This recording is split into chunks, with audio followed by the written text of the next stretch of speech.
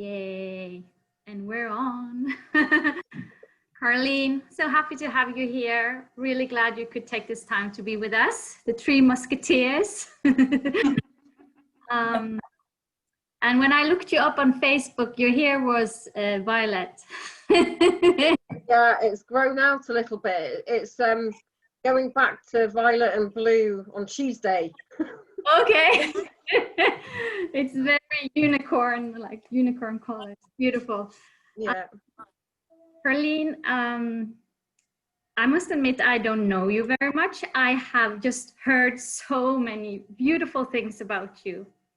And yes, do you want to start with telling us a little bit about yourself and your journey and what it is that you do? Okay, so if I talk about this life, Yeah. This life's journey. So I've been healing since I was 5 years old. My mum was a psychic medium, so I kind of followed her around England while she was on platform and demonstrating her psychic abilities. And the healing kind of aspect came up for me at the end of kind of services. We'd have like a healing circle, and being 5, you know, everybody was kind of dragged in, and but yeah, to do healing. And then at the age of 8 I discovered that I could do psychic surgery. So I was kind of entering people's bodies and able to kind of pull things out, and things have kind of progressed really since then, having, I don't know, had quite a difficult life, lots of trauma and difficult situations to deal with. I kind of had to heal myself. So through going through my own processes of healing, I've kind of come up with various different techniques and heightened my abilities, and can now see kind of DNA and the patterns that are on DNA, and can look at multiple things on different, in different spaces is what I would say, rather than different times, so that I can be working on you as you are now and you as a fetus in your mother's womb at the same moment, but in different spaces. Wow. Yeah, so that's kind of what I do. I guess you could call it soul freedom therapy. Anything that's really getting in your way from expressing who you are as a soul, I kind of come in and help you to look at what the issues are and how to resolve them. Okay. That's amazing, really. Beautiful. Yeah, just before you came on, we were talking about what title to call you, and Blossom here, she says you're actually a female version of the Merlin. I'll have that. I'll have that. I mean, if you want to get back into kind of star origins as well, I mean, from that kind of perspective, I've remembered, I would say pretty much all of my previous incarnations, back to being one of the founder races. So I will have Merlin as a female version of Merlin, yeah. Yeah. Fantastic. Wow. Today we really want to talk about, with all this going on in the world, we really would like you to talk about the sovereignty and the sovereign soul and what that is and why it is so important. Yeah, okay, so soul sovereignty is basically you becoming the creator that you are, but consciously. So you know that you are creating your own reality. You know that the global narrative actually has nothing to do with how you live your life or the choices that you make, because that's kind of just a program for those that are still in fear. So it's really about pulling yourself out of any beliefs, programs, agendas that you may have placed yourself under in order to become a sovereign free will being of choice. So that's what I would kind of say is soul sovereignty. And there's various different methods really in kind of extracting yourself from the system. Hello. Yeah. Can I raise your hand?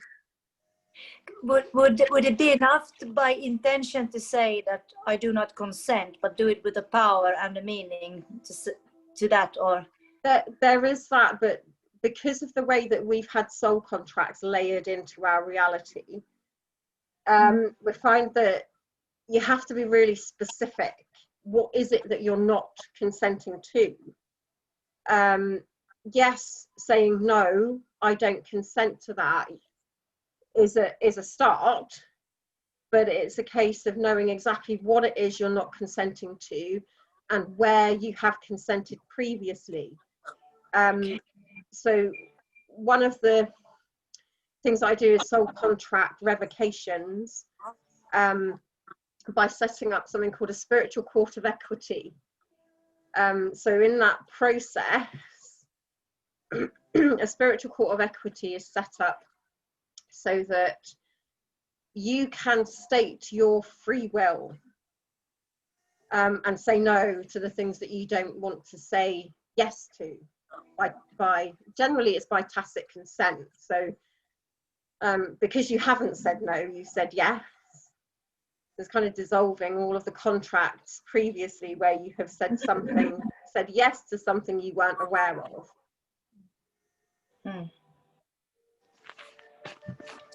And then we got to be careful about the details, really specific then to what it is. Like our children, for example, to say that they belong to me and not to anybody else, and all this, and whatever it's vaccines or whatever it is to know exactly the details. I mean, there's something called a live life claim, and if you haven't got one, I would suggest that you do get one. There should be on my Facebook page, there should be the actual live life claim form. There's also a video on my YouTube channel which will show you how to do a live life claim. You need 3 other people as witnesses for each live life claim, from live life claimants. So it's like if you and 3 other people get together and do them together, that means you have all basically witnessed that person as a living being rather than one that uses a full capital name, which means that you're dead. So it's kind of bringing you back to life. I would also suggest doing them for your children if you have children under 18, so that they are also kind of protected under that. Yeah. Obviously that is only valid for as long as we use paper. Once we're kind of out of the body, that's another kind of layer entirely, because you have to know how to speak ethereally, to be able to say no at various different levels. Okay, so let me try and kind of get to some of the things that have been happening on the planet. So for 54 million years, we have been in a forced reincarnation cycle. So we haven't been able to basically leave the incarnation process of the earth. So we haven't had an ascension process where we migrate in to have an experience and migrate away. At this point of the Great Awakening, that's the opportunity that we have. We're being given now the opportunity to wake up to what's been happening here and decide whether we want to come back in for another incarnation here, or to move away into being more of a galactic galactic being. That's what I would say. So the forced incarnation grids that have been working for 54 million years roughly have meant that every time we get to death, rather than having an incarnation process which was natural, in that we'd come in for a particular experience and then transverse away from the planet, we've been recycling and being forced to recycle over and over again. But that process is coming to an end now. Thank God. Thank the God. Oh, I'm so tired. And does this have to do with the Great Awakening and everything that's happening now, and maybe even the Great Conjunction in December, the 21st of December, or is it? How do you see? Okay, so even though we're labeling things as the Great Dream Time Awakening, every individual soul's journey is different. And it's you can only get unity consciousness when every individual soul stands in the position that they were designed for.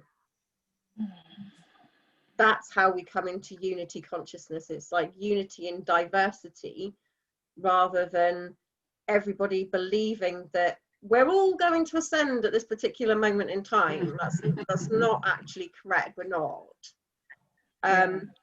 I mean, you can see it if you look around the planet. You know, some people, if they were to wake up to all of the understandings you already have in one go, you know, the shock and trauma that would cause them from on a soul level would just be too much. You know, so it's kind of, everybody's on their own timing, you know, and it's, if you are awake now, if you are awakening now, it's because you chose to. That's very interesting. And so could also this awakening have anything to do with Gaia, Mother Earth? You know, the people are talking about that she's rising her frequency. Has that anything to do with this sort of? Is she must be raising? It feels we all. I mean, we have a symbiotic relationship with the planet that we're on. So, the more of us that are embodying ourselves, embodying more of our soul essence, who we actually are, and remembering who we are and who we've been throughout every incarnation that we've ever had, and anchoring our light here, the easier it is for her to resonate with us. It's all a symbiotic relationship. And then obviously you have like the galactic energetic at the moment. The sun is going absolutely crazy because there's a whole load of new souls that are wanting to come in and have an experience here, and there has been a backlog of souls that need to leave. So it's a continual cycle of souls wanting to come in and souls leaving. So, or should be naturally, it should be. We've kind of got a backlog. Yeah. Wow, that's right. So why do we have a backlog? Because of the reincarnation grids, because we have been forced to reincarnate, and every time we have reincarnated previously, because of the trauma that we suffered, because of the angst, because of the vengeance, because of the hatred, we have put ourselves into a position where we remember less and less each time we've come into incarnation. Those of us that have taken time out to go and meditate in the mountains, to sit in a cave, to understand reality, have come through that process with more memory than people who haven't and have got stuck in the belief systems of whatever is going on the planet. So it's been a long process of trying to work out what exactly the programs are, where they come from, how you get them, and how to get out of them. So a lot of what I would term the renegades have come in to incarnate now, so that they can assist other souls that are waking up, that have chosen this particular moment in time to wake up and ascend. Okay, but those who are awake, does it mean that they did the good work in their previous life, or more lives than one, that they now, because I mean, we just don't understand, some of us, while we are awake, and others around us are thinking we're crazy. So are you saying that, so if you are awake, you will ascend? That's also a choice. Yeah. There is a choice point in that. You know, some people will, some souls, I will say, will shift away from the planet and become galactics and inhabit other worlds wherever they want their consciousness to go. Others are going to stay behind so that they can continue to assist the evolutionary process. But there is a choice point. There will come a choice point for every individual to decide whether they want to continue to go round the cycle to assist everyone else, or whether they want to actually move off. So, like, because of the knowledge that you have you sort of decided to come down this lifetime to assist? Okay, so I'm a little bit of an anomaly. Yeah. I shouldn't actually be here. But yes, if I go back to, oh god, how far am I having to go back? Back to the Orion Wars. I was a peace negotiator, and I looked at all of the war scenarios that could ever play out, and my job was to see things from a neutral perspective and to relay every single war scenario that could ever happen, so that they didn't actually turn out that way. But in that process, unfortunately, my body was killed. So I put myself into 10,000 clones, my consciousness split into 10,000 different parts and spread across multi dimensions and galaxies, so that I could be here now. Part of that process was that I was hunted for my abilities, so I had to hide, basically, in the far-flung future, which is me now. And I'm kind of going along the same process as everybody else. So I've had to go through the forgetting process. I've had to remember who I am in stages in the same way that everyone else does, because those are kind of the rules of this reality. It's like you have to go through that process in order to get here. But it was a free will choice, yes, to put myself here now. Yeah, because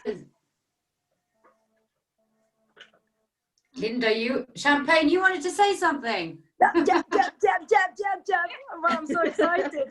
I wanted to ask something. Is it the more we ascend, is it true? Because I feel more like I'm becoming that sort of fictitious or that fairy or whatever, that elemental that I am from the beginning, that we're going to change and we're going to start to look more like it and become more that energy or the frequency of that being that we were. Because I don't feel like I've been on Earth. I just feel like I've been watching from a parallel universe or other realm. Could that be so? Yes, that could be so. You could have only had this one incarnation, so that you could be on this particular timeline. It's like the Earth has 3 waves. So you've got the upper wave, which are where all of the spiritual realms are. Then you have the middle wave, which is where we are, Middle Earth, and then you have the lower realms, which are all the animal kingdoms. So if you have dropped down into this particular incarnation process from being a multi-dimensional aspect of yourself, it can feel like you have only had one incarnation here, because all of the other times you've been off, probably on other planets, in other galaxies and stuff like that. Elementals are more ethereal than physical, so coming into a physical form, you know, you would have found walking difficult, talking difficult, not really understanding the physical dynamics of what it takes to be a human now.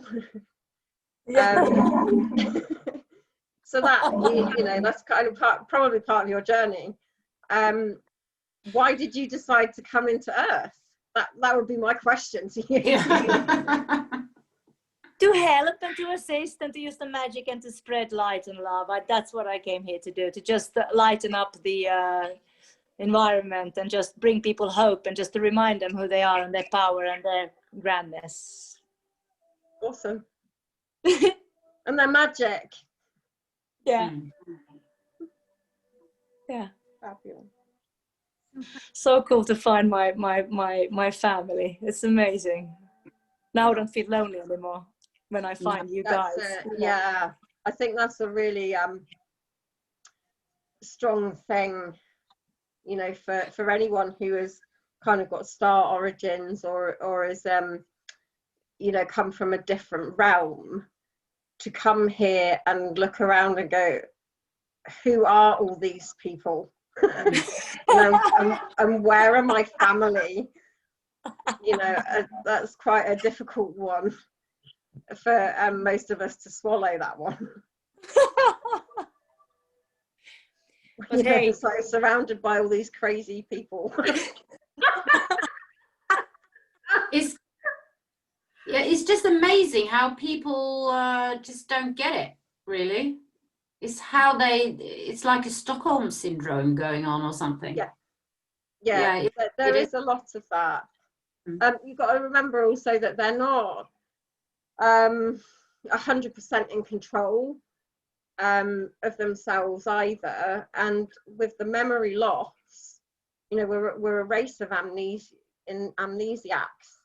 to start with, and then you've also got on top of that all of the personal programming, the societal programming, school programming, you know, all of that on top of the traumas that they've had through the previous 4 teacher worlds, that impact so heavily that they don't know any different.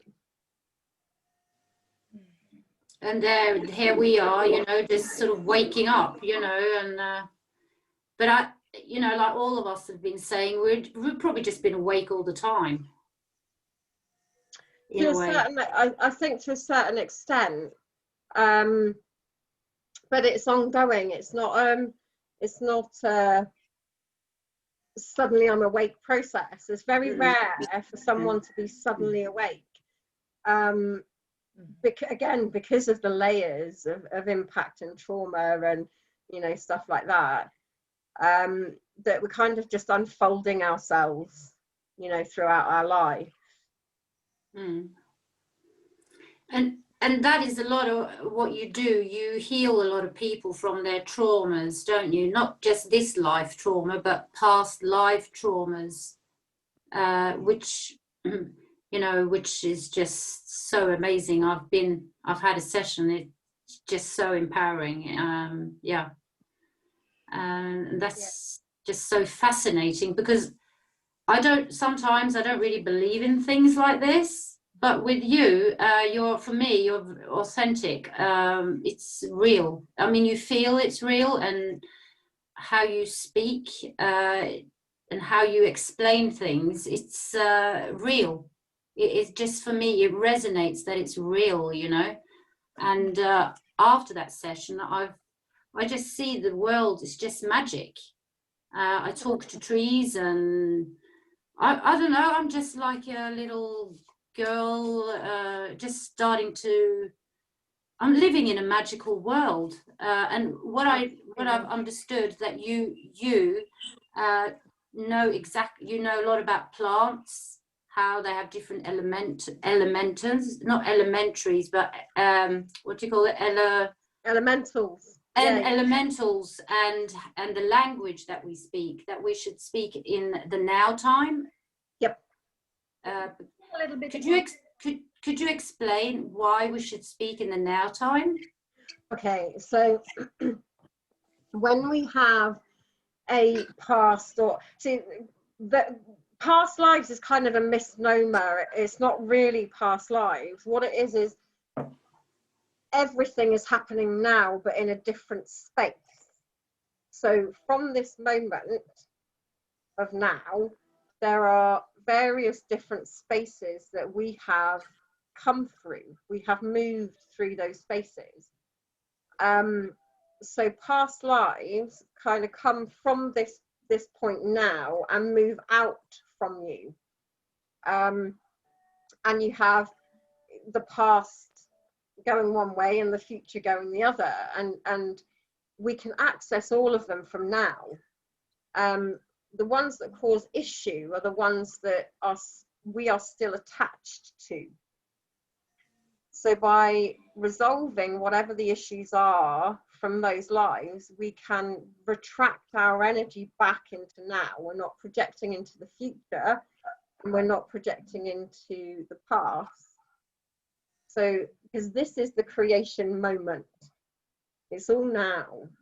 It's just where we've become separated from ourselves through whatever the situations are that hold a part of our energetic or our attention in those spaces.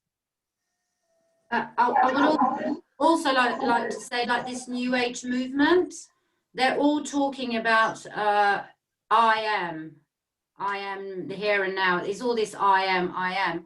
But like, I think it's really important to understand why you're saying I am, if you know what I mean. It's so good probably to say it, but it's good to know why you're saying it.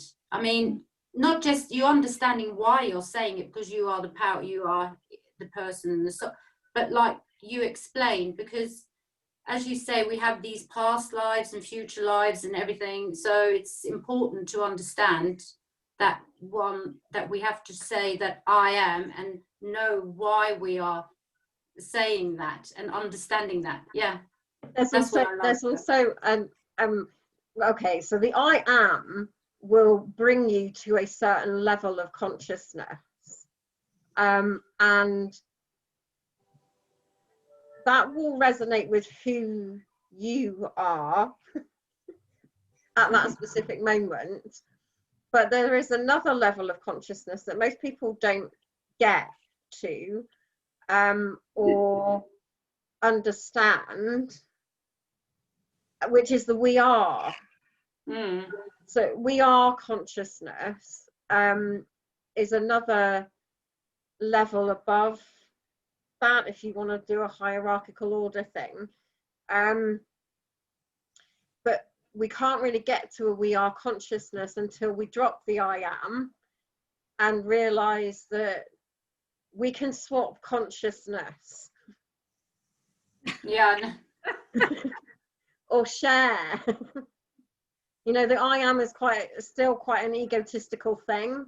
when we can kind of drop the perception of having to be an individual, it makes it easier to come into unity consciousness, knowing that we're all kind of aspects of a particular soul group, and the consciousness can kind of filter around each other. Yeah. Wow. But there's very few people that I would say are at the we are consciousness level, because it becomes very uncomfortable, or can be very uncomfortable to the ego that wants to be a individualized aspect.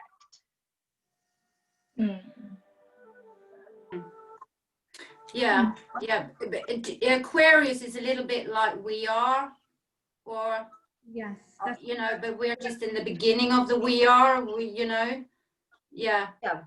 So, like the I am is sort of Buddha, isn't it? Sort of Buddha mentality. So we're going away from that now, aren't we? And as you say, we're going more into the we are, really. Yeah, and it's kind of a mixture of both. It's like you know that you have an individualized consciousness, but you also know that within your soul group you can communicate telepathically, you can have dream time together, and that you can kind of work together on different levels, you know, so that when you're physically creating, you're creating a unity field. Yeah. Wow, that's just so lovely. Yeah. And same as Blossom, I'm thinking about the age of Aquarius, and is about unity, right?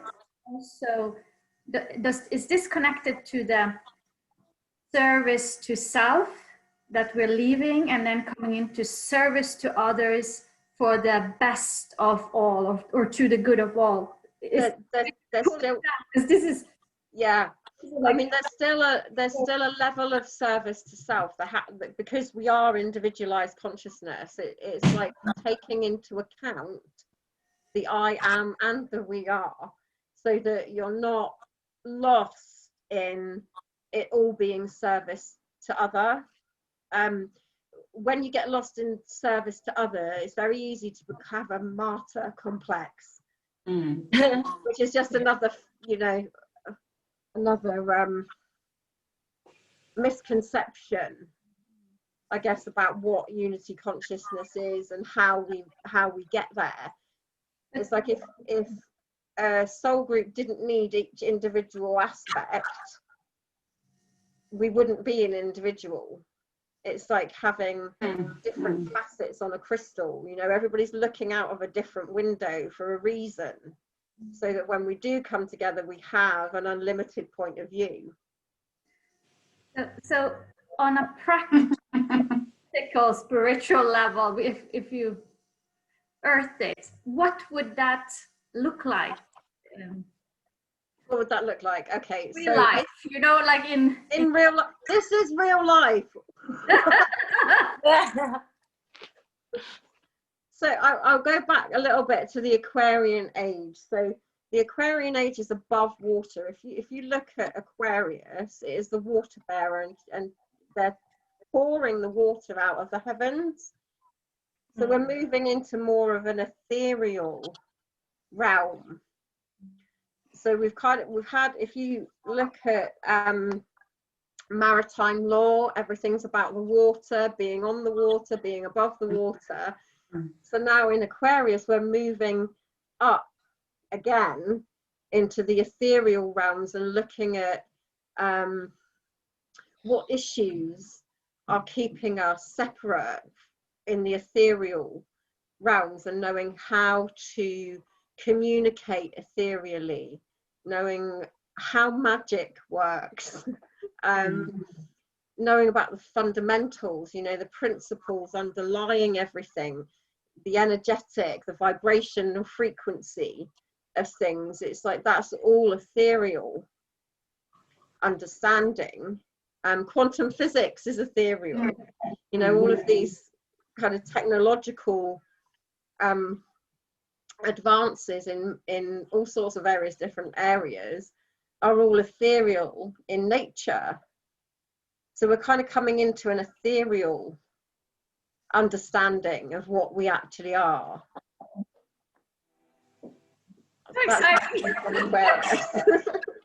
That's just... It is like you were saying, Blossom, like coming back to becoming a child again, and again being allowed to tap into that magic, and that, you know, champagne about the fairies and everything that you're talking about. It's like more. Tell me more. Yes, because the memory. Oh, sorry. Go, carry on. Go on. No, sorry, I was just gonna say, because the memories are starting to come back now as well. It's like I'm starting to remember things, the magic and the inner earth, and yeah. Absolutely. Yeah. Well, your memories are all held in your blood. You see, they're all in your DNA. So as you have another memory, a new aspect is highlighted. What kind of works the other way around? Okay, so let's do it the other way around. So the way that your DNA is transcribed is that there's this little light bulb, this little light that travels up your DNA and transcribes each part of it. And when you're at a particular frequency, that light will spark a memory that's been held in your DNA, which is why you can have spontaneous like past life memories, or someone will say a trigger to you or ask you a particular question or whatever, and it's because each time your DNA replicates, there's this little frequency modulator, if you like, that when you hit a particular frequency in your understanding will just go spark, and you'll get the memory, and then you'll get the gift, and you will get the understanding of how to use it. So yeah, amazing creatures. It's just so amazing. Go ahead. No, you go ahead, Pippen. Okay, no, I was just, when you were talking about DNA, because there's a lot of talk about the upgrade of the DNA onto a 12 strand, from a 2-strand to a 12-strand, and also the chakra system and everything that's connected. Okay, so the chakra system that we have at the moment, and has been playing out for quite a long time, is by social agreement. So how can I put it? It's the way that we all communicate. It's like socially, you know, we all have 7 basic chakras that we can all converse with. But the belief that you're only going to get a few more is not accurate. Each individual race, star lineage, has a particular number of chakras that are for them. And we've all come into this 7 so that we can all communicate at those different layers. But how many you have depends on your star origins, really. So you don't just get 12. Yeah, what exactly.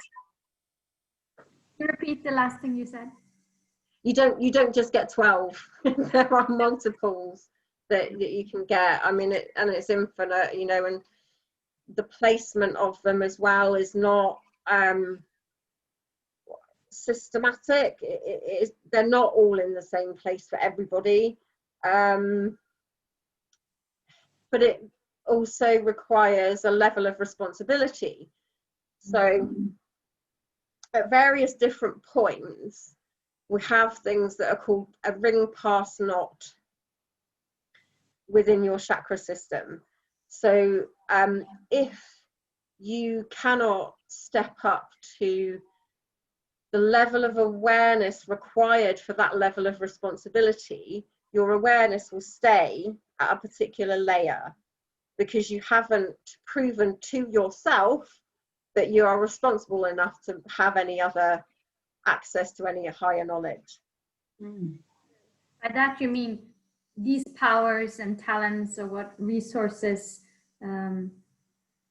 the use of them can be for both good and bad, and that's why you need a level of responsibility and knowing how to apply. Wow. Yeah. Yeah, absolutely. Yeah. Amazing. So a person that has a session with you, because I found out my origin and everything through, and that was just so empowering. It was just so exciting. Yeah, really exciting. Yeah, really. I think that one of the things is that when we don't know what our roots are, because we have become so disassociated from them, it's really difficult to anchor here properly, because we're kind of always looking, you know, for where our origins are, or where our family are, or where are all the beautiful souls that I remember, you know, they're not here, or whatever. So it's like knowing what your origins are allows you to anchor your light here more fully. That's what I found. Wow. Yeah. Boy, I want to book a session. Yes, you must. It's so empowering. Since that day, I've just been you know, I haven't been to here and there, you know. I think it's been more this stuff that's been going on around us, but not me personally. I feel like I've just sort of, I feel, you know, you go for a walk in the woods and you can feel the magic in my tummy, you know. Some days I feel it more, and other days perhaps forgotten it, but you know, that magic, do you know what I mean? It's just like magical. You feel like you're a part of the whole magic. I don't know how to explain it. It's just, you know, today I've just been having freezes of feelings of beauty energy coming through me, you know, through this. I've learned this just standing in myself, that session, you know, it's just amazing. Wow. Oh, I'm so pleased. It's amazing. Wow. Come with it. I just want to come over to England now. Me too. Yeah, we all are going to come over. Where are you all? Where are you all? I'm in Sweden. Yeah, the two of us are in Norway, so yeah. But we're actually planning a trip to the UK, so you never know, Karleen. Oh yeah, you got to come. It was lovely. I got two daughters in, I got two daughters in Battle in East Sussex. Right. I don't know if that's near you. I don't know where you are. Where are you in England? I'm the other side of the country. I'm in Devon, but I can travel to meet up. Beautiful. We'd love that. Oh my God. You know, like another thing, what's Avalon and what's Albion is England, and Avalon, is that Glastonbury? Well, they're kind of, well, Albion goes back to really Atlantean times, and what they did with the language is that, you know, where they used to have an A and an E joined together. We have that in Norwegian. But in English, we call it ah. Okay, so in English, they dropped the E. So it was just Albion. But it should be AELBION, and that AE joined together is ether. It's about the etheric or ethereal, yeah, the etheric realms. So, and you also have like angel as well, that should have an E, and angle should have had an E, but those things have been dropped from the English language to create disconnection. And Albion is actually the spine of the dragon that runs through England, runs through the UK, from Scotland down into the Isle of Wight. So that's kind of, is it the, yes, the Bellinius line, I think it is. And that kind of marks the 33 chakras, or the 33 spinal points of your spinal column of the dragon. And that's what it's really about. Avalon is actually, I would put Avalon in France. Not in the UK. There's the whole Isle of Avalon, theory, myth, you know, whatever way you want to label it, is all centered around Glastonbury. And having lived there a few years ago, the myths and legends that have been laid over the land there get in the way of people accessing the true meaning of the land. What's the true meaning then? Okay, the true meaning of the land. Okay, so when I say the true meaning, it's like the essence, what it feels like underneath, you know, the vibrational frequency of the land. Each particular geographical location has a particular essence to it, and it was designed that way. So that, okay, I'm gonna have to go back. So when Earth was first created as a concept, what happened was that a group of builder consciousnesses came together to create Earth's physical manifestation. And it was a 7th dimensional planet, so it didn't have, we weren't so dense at that point. And the crystal beds were laid in particular geographical locations, depending on the souls that were coming in to incarnate into those places to have an experience. So you've got things like the Dogons in South Africa. They have a particular resonance frequency aligned with Sirius A. So if you look at their legends, their star people, what they're talking about, the beings came from Sirius A.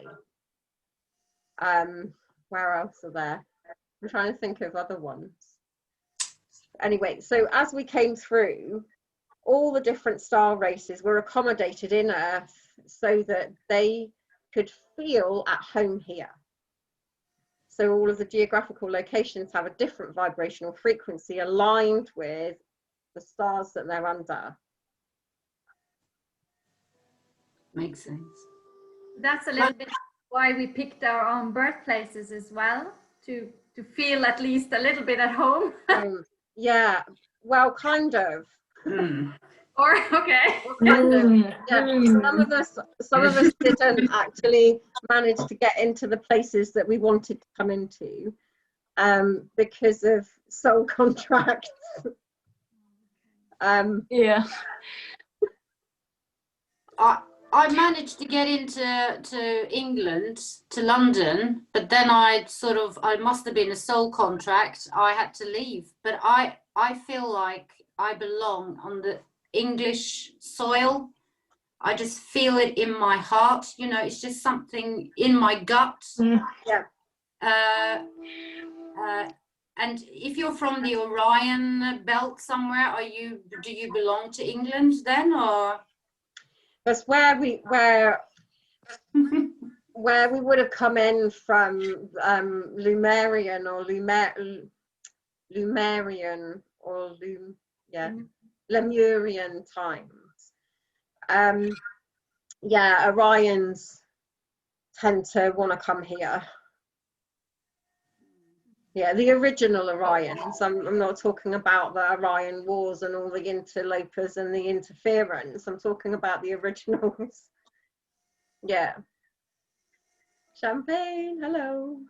Can I ask something? Yeah. Yeah, can I ask something? You know, I was born in Finland, but when I came to England, I felt instantly at home. And I wonder if it's the elemental kingdom. It seems really, really potent, like really up on the surface there. And that's why I love the oak trees and the misty valleys and all that. I felt my heart belonged there. And now I'm in Sweden. Right. I have a job to do here, I guess. But yeah, absolutely. So do you not feel the elementals where you are? I would have thought that they're quite vibrant up there. Yeah, but there is a softness. I don't know if there's like the Earth's heart goes under England. There's some kind of a softness, this beauty, this love. All you English people are so loving. I feel here it's more like the Gustav III, you know, the king energy, where we are like the dark. It's quite dark here. But Right. yeah, there's elementals here, but it's not the same. It's lighter in England. It's like. I get that. I get that, absolutely. Yeah, I love it. I'll keep. Sorry, that I just want to. Near me, I've got these Viking burials. Do you know anything about Viking burials? What they are like little hills full of grass, and I feel the energy here is good. Yeah, it must be a holy place around here. It's Oskarstrand, where Edvard Munch is from. Nice.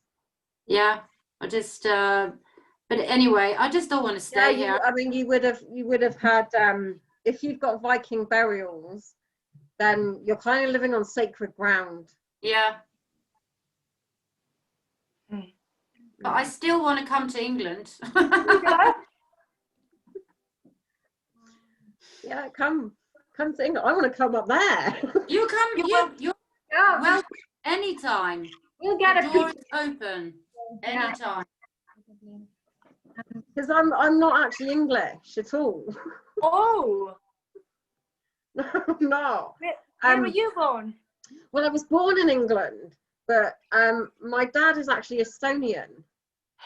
Ah, very creative people. Tere tulemast. Tere tulemast.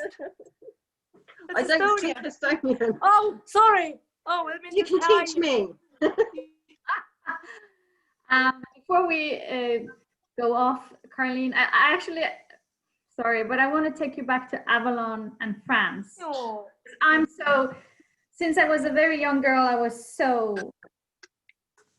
obsessed with Avalon. I love France. And does it also have something to do with Mary Magdalene? Yes. Yes. Talk a little bit more about Avalon, France, and maybe. Okay. So Mary Magdalene, or let me just take this off, I'm sweating now. Mary Magdalene, as you probably are aware, came into France. There are tales of her coming into England, but that was a diversion tactic. Her coming into like Glastonbury was a diversion tactic, and she had a what do they call them? A double. that went into Glastonbury because they were going to take her out. Yeah. But the Magdalene really is more about the essence of it. If you go back to Saqqara in Egypt, the temple there, all of the women who were healers were a Magdalene. So it's more not being one, it was a group. And they would travel together, or they would separate off if there was any feeling that one of them was going to be taken out. But they settled in France. So they came from Egypt down and then settled in France. And the Isle of Avalon really is to do with the priestess craft. Yeah. Beautiful. That resonates a lot. Thank you for that. That's okay, you're welcome. Yeah, and the Magdalene priestess lineage really, and how you continue that on, because you have it in your bloodline as well. It's like it's not just oh, I'm going to go and train as a Magdalene. It was because you had specific bloodline lineage and gifts in that would make you a Magdalene. Oh, Wow. I see that in Brit. Yeah. I see that in Brit very much. Actually. I see that. Yeah, absolutely. She's yeah. Soft, warm, loving. You're also beautiful. We need to I go love hug. Yeah, we need a group hug. We will. Enough. We will. Enough. We will. Enough. This is kind of Friday night. Girls, we will dance around the fire hand in hand. We will celebrate the light's victory. We will, and it's not long now to go, and we will all meet up. I had this vision that we're holding hands already like a big web over the planet. Strategically placed, and we will meet soon, and we will do the dance of victory. Yay!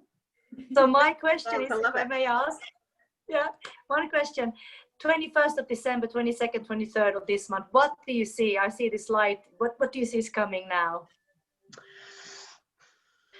Okay, so on the run up to that, we're kind of getting into, I don't know if you know that Earth has been retrograde over the last year. So rather than, you know, when a planet goes into retrograde, it looks from Earth that it's going backwards. Well, we have been doing that. So we've been in retrograde as far as the Galactic is concerned, to go back over a lot of the patterns and stuff like that for a final clear out before we can move forward. Which is why COVID and why the lockdown and why all the other bits and pieces on a galactic level. So the 21st, obviously you've got the Jupiter-Saturn alignment, which marks a new age. The fact that it's going into Aquarius, you know, everybody's going, oh, it's going to mark a new age, but I don't see any massive, great big things happening at that point. Generally, you get the moment and then you get the after moment. So I think that like January, February next year are going to be more interesting. Yeah. And when you say interesting, you mean energetically? It's like we're on halfway. If I say we're halfway through a marathon, right? Being able to stay stable and connected and not allow yourself to get caught up in the global narrative, and still be rooted and centered in who you are, that's going to kind of give you more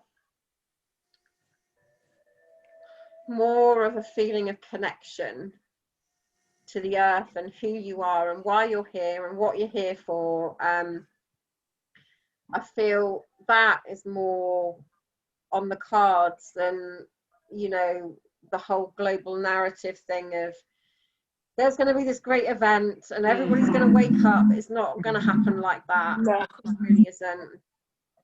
It just doesn't make sense, really.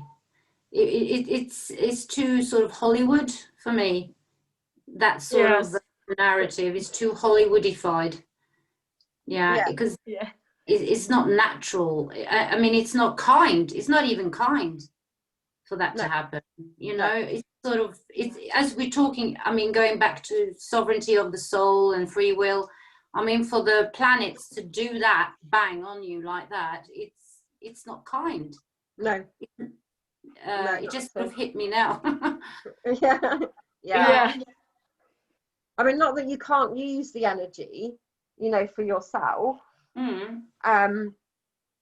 Looking at, you know, where have you got Saturn and Jupiter in your natal chart, and looking at what that actually means for you individually.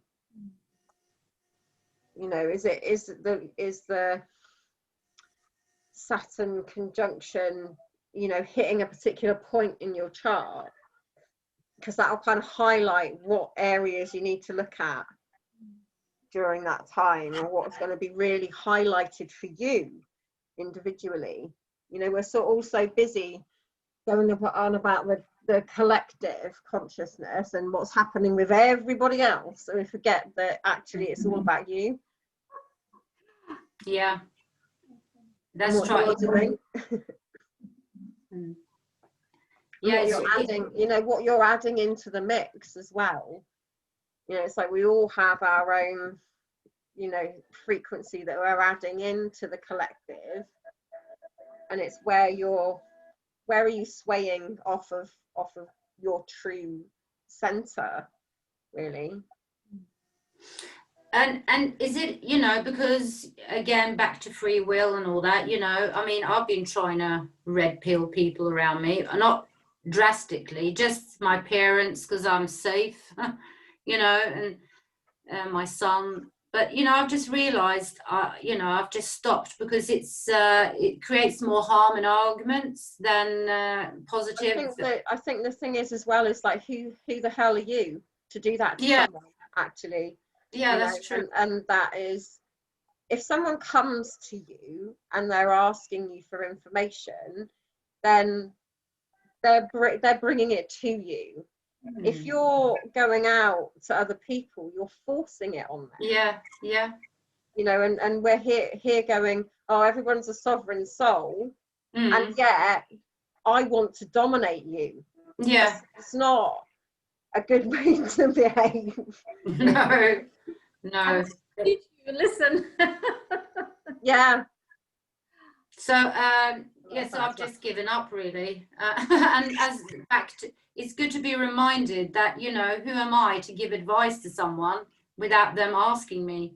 Who do I think I am? You know. So yeah, I mean, it's all about respect and permission, really.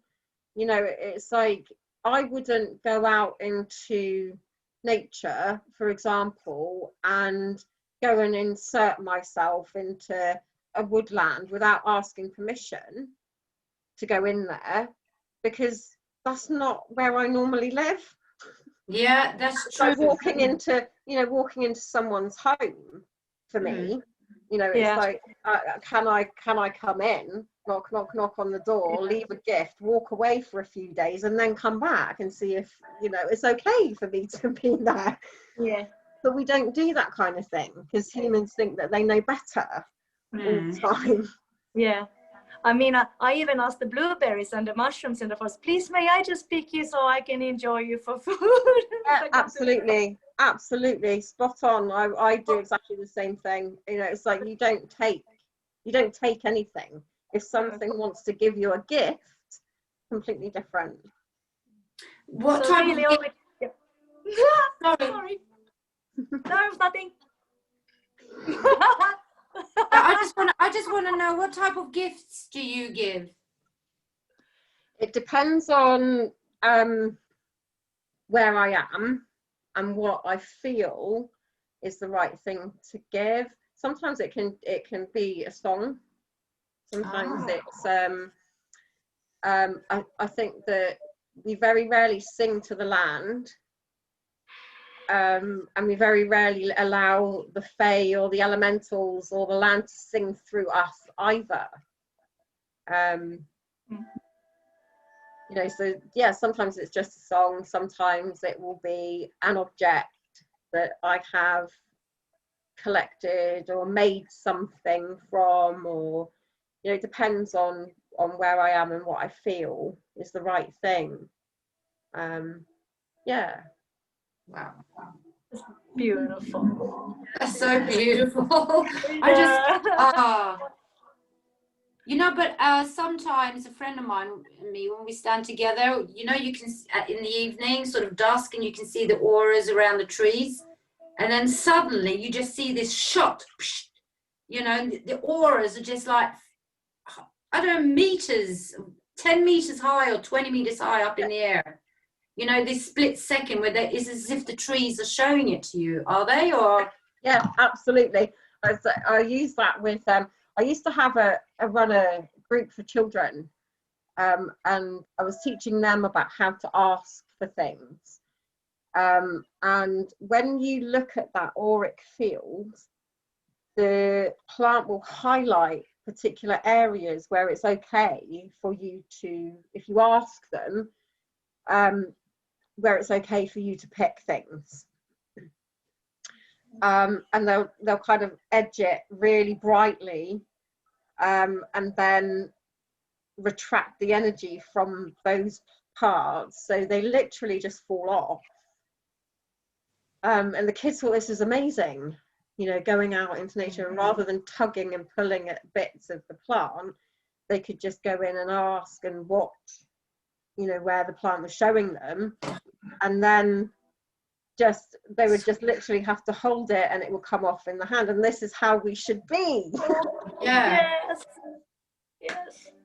It's so important. Thank you for reminding us of that everything is sacred and we should treat it as such. Yeah, absolutely. For that. What so could I go back to language? Just quickly ask you about Sure. you know, talking in the present. So how does one exercise that? It's just, you know, any sort of method? I think it's quite difficult to do when you're speaking English. English has kind of got a lot of spells on it, and we haven't deconstructed it enough to know what the seed syllables are and where there are vowels or consonants missing.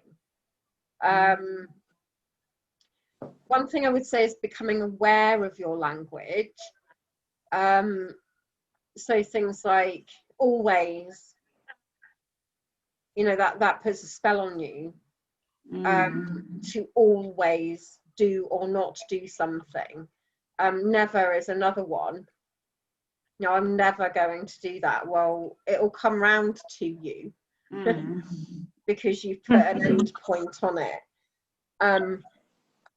Abundant, anything that ends in an unt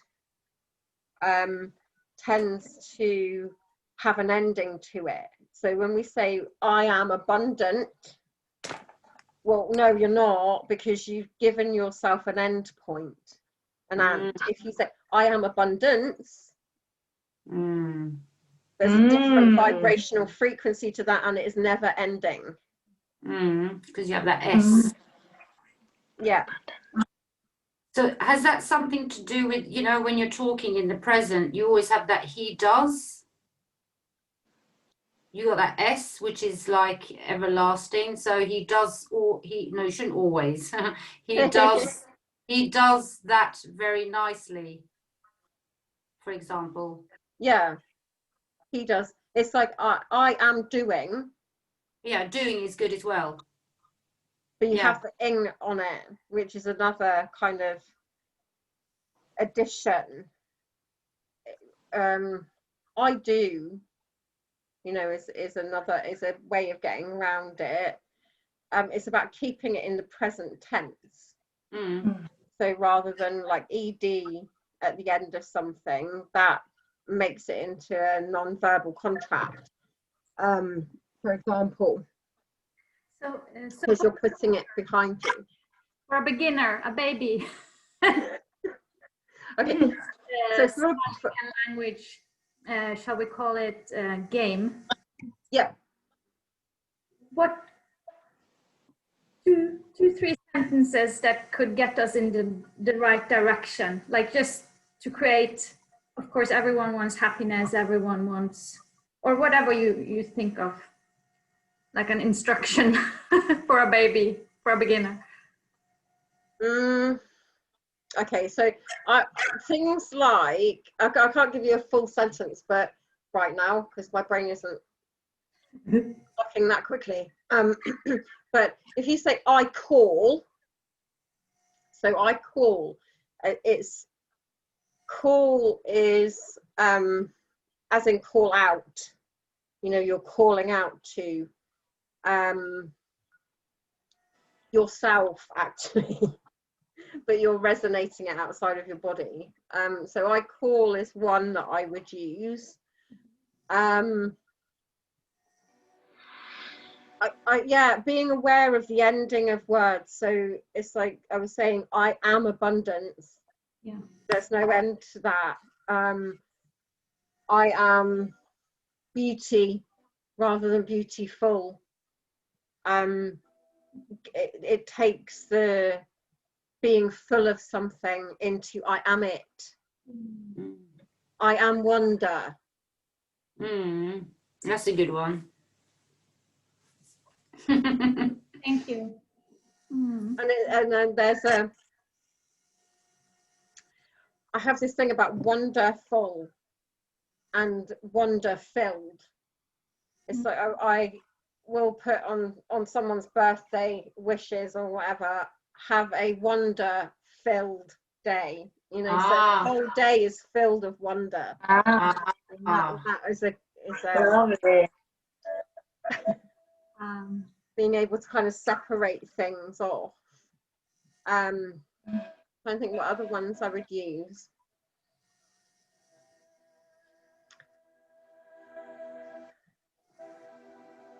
And there's also things like bringing it back to the blood flowing through your veins. You know, so I call to my ancestors in the blood flowing through my veins, because you are your ancestors. You carry them with you. That's quite a powerful to your embodiment in your body, rather than it being I call to something outside of myself. I'm calling to the ancestors in me. That's beautiful. So powerful. That is just powerful. Yeah, that is very powerful. Yeah. Isn't that the blood that runs through my vein? Isn't that also partly in the life claim that you make? You say, I am a woman standing on this soil with the blood running through my veins. Isn't there something like that from the something written? I haven't seen that one, but I'm sure there is. I'm sure there is. Different versions or something. Yeah. But it's beautiful. It really states the sovereignty, the power. Yeah. With the life claims, you've got to be careful with the grammar, because the grammar of a life claim from David Wynmiller means that it runs forward and backwards the same.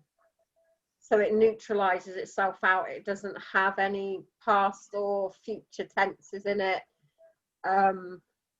That's why that's why I use that one, because it brings everything into a now position. Yes, that's right. So where did you say people can look that up again? On your Facebook page? Yeah. And that is Karleen Tammik. That's the name of the Facebook page. It will be, I will tell you. You can find me, my page at, I can never remember these things. It's understandable. Remember too much already. Yeah, that's give me a it. break. Yeah, gosh. So it's, if you put into Facebook at Karleen Tammik 20, then you'll find my page.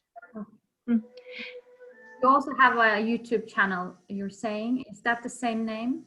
That one at the moment is Sacred Technician on YouTube, and mainly because of the radio show, because that's the name of the radio show. So I sort of set up a YouTube channel to put all of the radio shows that I've done since January last year up on there. There's a lot of information there. They are so educational. Yeah, I recommend people go and listen to those. Absolutely. They're really good. Thank you. Oh my God, there's just so much we could ask you. You know, it's just, wow. It's, I know. you know, like witches, about witches and wizards, and, I'd love to ask about that. And what do you want to know? I just want to know, what is it that makes a person a witch? You know, not in a negative sense of a witch. You know, what is a white witch? Okay, so I don't actually like using the word witch. No, that's true. I can personally. understand. Yeah. Only because it was a name that was given by the church. It wasn't something that was that was taken on by the women themselves. They were wise women or wise men, even. You know, you go back to the Bible, there's the 3 wise men. You know, so witches is not kind of something I would necessarily use. But a white witch generally does magic for what they perceive as a good purpose. Dark magic conjures different beings to do their bidding for them. So that's how I would kind of categorize a white and a dark way of being. So could you say that a white wise woman is more powerful than a dark wise woman? No. Because so they're both so, yeah, because okay, so if I tell you that the Hitler and Gandhi were the same, right? You have, on one side, you have the dark path, the one who wants to teach you through pain and suffering, and on the other you have what would be labeled the white path, you know, and the one who wants to teach you through love. They are no different and have the same level of power. So demons and angels are the same. They have the same level of power, the same level of understanding. There's no difference. It's just a choice between which way you want to learn. Really. Yeah, totally. Would you say that to actually understand things and to be wise, you have to understand what evil is in order to know what the good is? I think that you have to have it in equal measure. Yeah. You know, it doesn't necessarily mean that you would use it either side. Yeah. You know, I mean, I'm kind of, I come from a neutral perspective, so I don't have that kind of polarity. I just think it's different ways of learning, and people can either turn to demons or angels, you Yes. know, and even they are just aspects of themselves that they put outside because they don't want the responsibility, you know. So you're saying that we have, you know, we are obviously multi-dimensional consciousness, and we have, you know, like we are living different consciousnesses at this time. So I've got one that is a demon there and one that is an angel there. So is that the importance of the dark night of the soul, as they call it, to bring in your demons and face them so you can stand in your here and now as the I am? Absolutely. Absolutely. Yeah. It's like if you allow a demon or an angel to control you, you're not in control of yourself. No, that's right. So, you know, it's facing them both. You know, a lot of people don't want to be an angel. They don't want to be their angelic self. They don't want to be that good or light or whatever their perception of it is. Yeah. Because they're so busy looking at how bad they are. Yeah. Yeah. And that goes through your experiences. Yeah. Wow. I mean, like jumping to, you know, like all the child sacrificing that we've been hearing about, that's been going on for, gosh, I don't know how long. I mean, do you know how long? It kind of goes back to Babylonian times, so a long time. Yeah. And that is how many years for the viewers? How many years for the years? Trying to think, right, Babylonian times. Oh my god, I'm getting 7,200 AD. So, oh yeah, you know, a long time. Yeah. Time's quite a difficult thing to pinpoint, because we've had various different moments in time where Earth has been kind of usurped and moved. So, there's kind of Earth movement. And then there's also, like with the timeline wars, everybody was to and fro and back and forth along different timelines. That time just is this kind of ball of mess, really. Yeah, yeah. Anyway. Could you say, I've been watching this series called His Dark Matter, which is on HBO. And this guy's got this knife that he can cut through the veil, and he goes into another world. And in the beginning of the movie, you see, it's like they're showing us that you've got all these parallel worlds up against each other, you know, and how they turn like that in the end, and they just go and they vanish.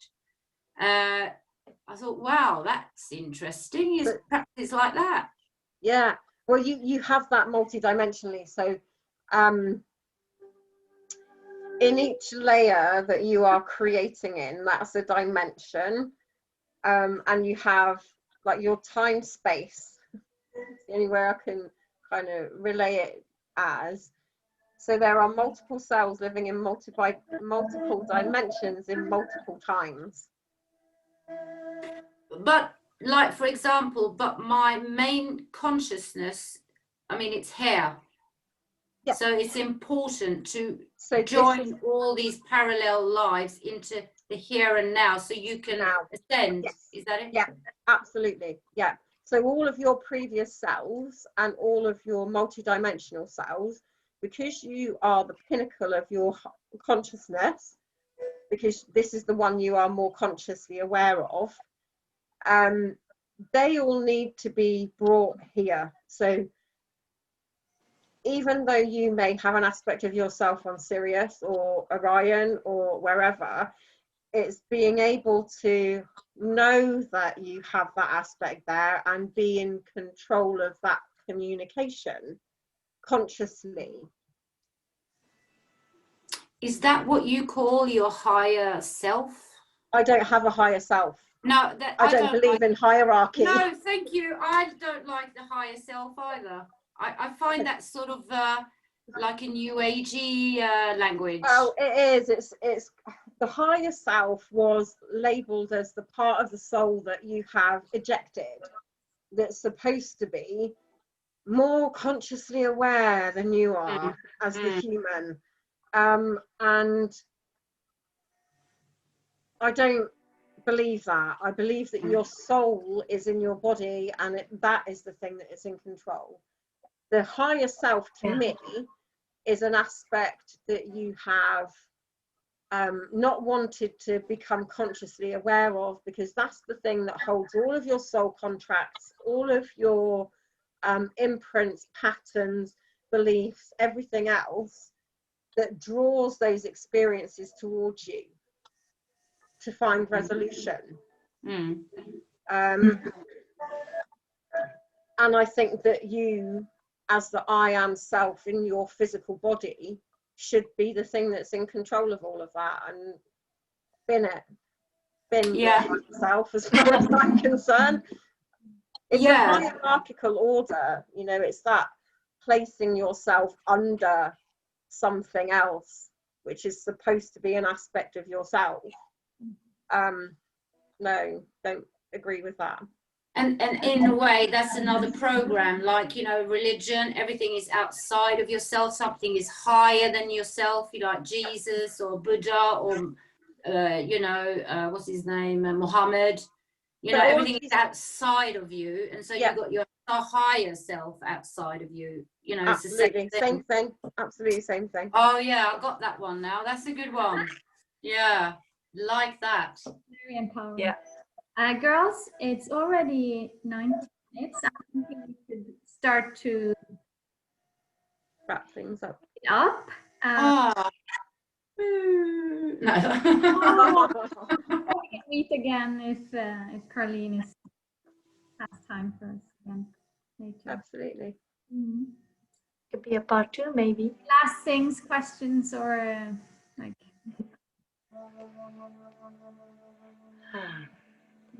When we contact you, will it be like over Zoom so we can see each other? Yes. So if I would for this session, lovely. Yeah. So I could contact you and I could book a session with you. Yes. Lovely. Yeah. Thank you. I usually do my sessions over Skype.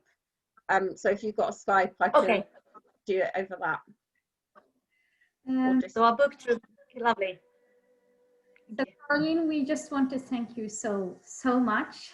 Thank you. Oh, you're so welcome. Thank you too. Thank you for all your wonderful questions, because it makes me be able to be who I am. Oh, thank you. Oh. You are amazing as you. Yes, the world, you're a gift to the world. Yeah. You all are. Yeah, we are. We all have to stand in our spot, you know. You're not getting off that lightly. Come on. If you like, Karleen, we usually end our talks with a short meditation. So it will be champagne that will be guiding it in Swedish. Hey. You're more than welcome to join. And yeah, sure, I'll see you. And can I just say something? Can you listen to the Swedish language, because you will probably pick up if that's you know, because the Scandinavian language has a lot of vowels in it. So yeah, I'd like, but we could talk about that if we could Zoom again, have another meeting or whatever, if that would suit you, and then we would have more proper questions, more, you know. Yeah. Okay. Thank you. Sorry about that. That's okay. There's nothing to be sorry about. You don't need to apologize. And silence, and I'll stop the recording, and we'll just say our goodbyes now. Until we meet again. Love you. I love you. Here's glitter for you all. I'm sending you all rainbows and flowers and hearts and fairies and butterflies. Okay. So I'll welcome you now for this short meditation where we're going to fill up with love. And I'll swap into Swedish now, but just be with me in the energy. Okay.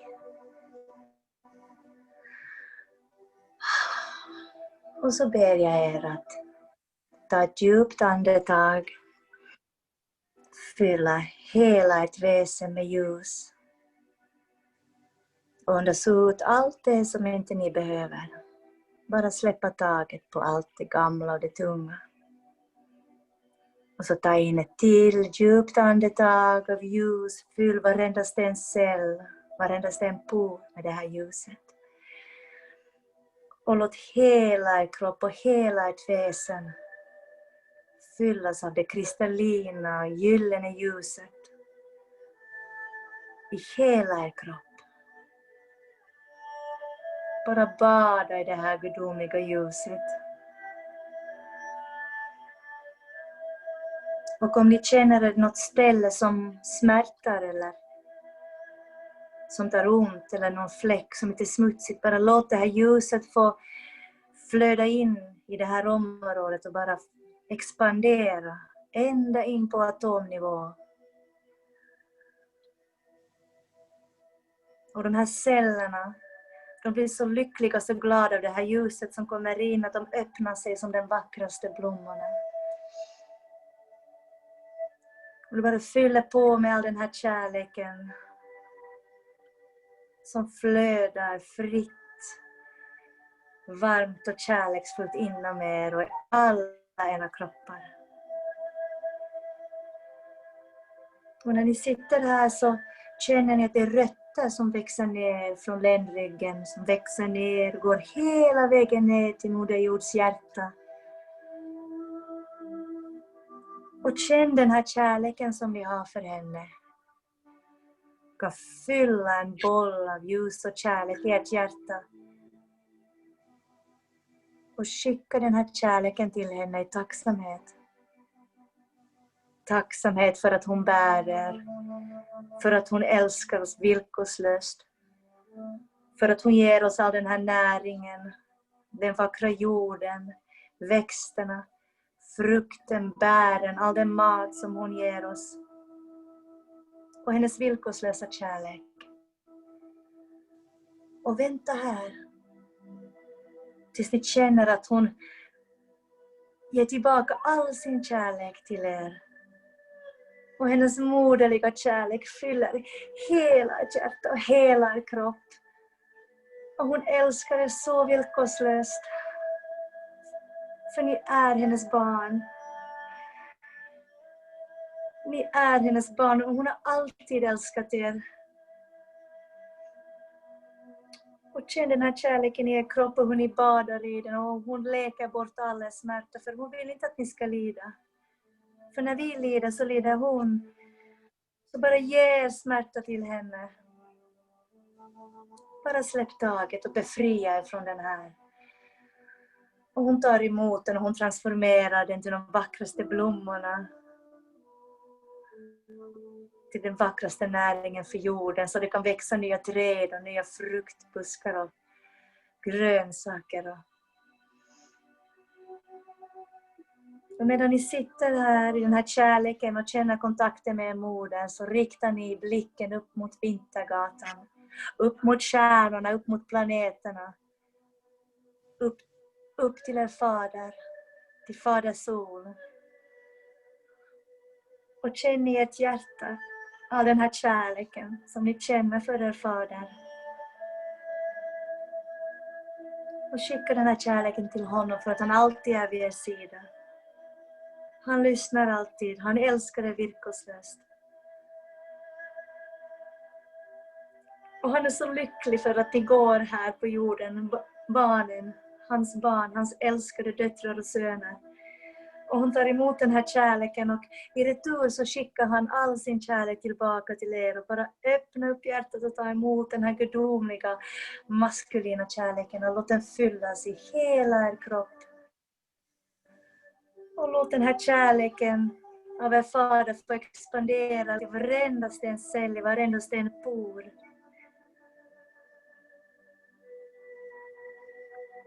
Och er fader sol och moder jord, de älskar varandra så djupt. Och de förenas i kärleken.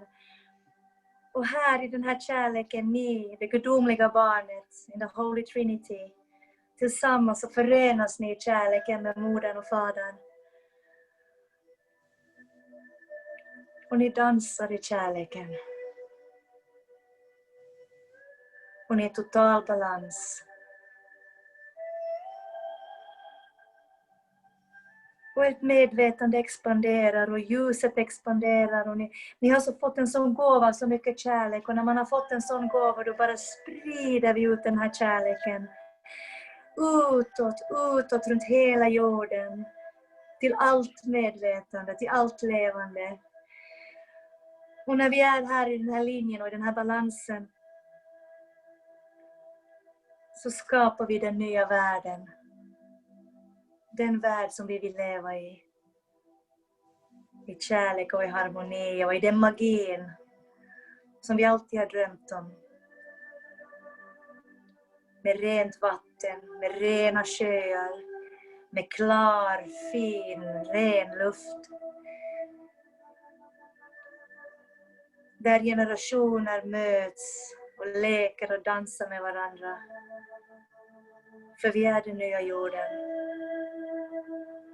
Vi behöver bara komma ihåg vem vi är och varför vi har kommit hit. Vi är mästerskapare. Och tillsammans skapar vi paradiset på jorden.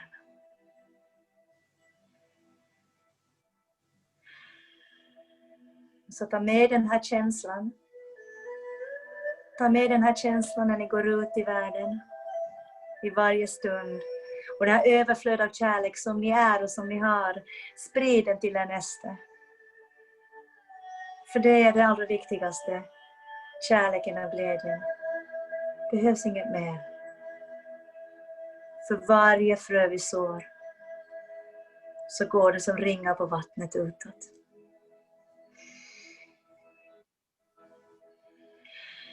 Så nu kan ni lägga handen på hjärtat. Och känna tacksamheten för att vi är här. Tacksamheten för att vi har mötts. Tacksamheten för att vi kommer ihåg vem vi är. Och med ett leende på våra läppar så kan vi öppna våra ögon när vi är klara och komma in i den kännande kroppen. I all glädje och kärlek. Jag älskar er. Jag älskar er. I love you, my sisters, my beloved sisters.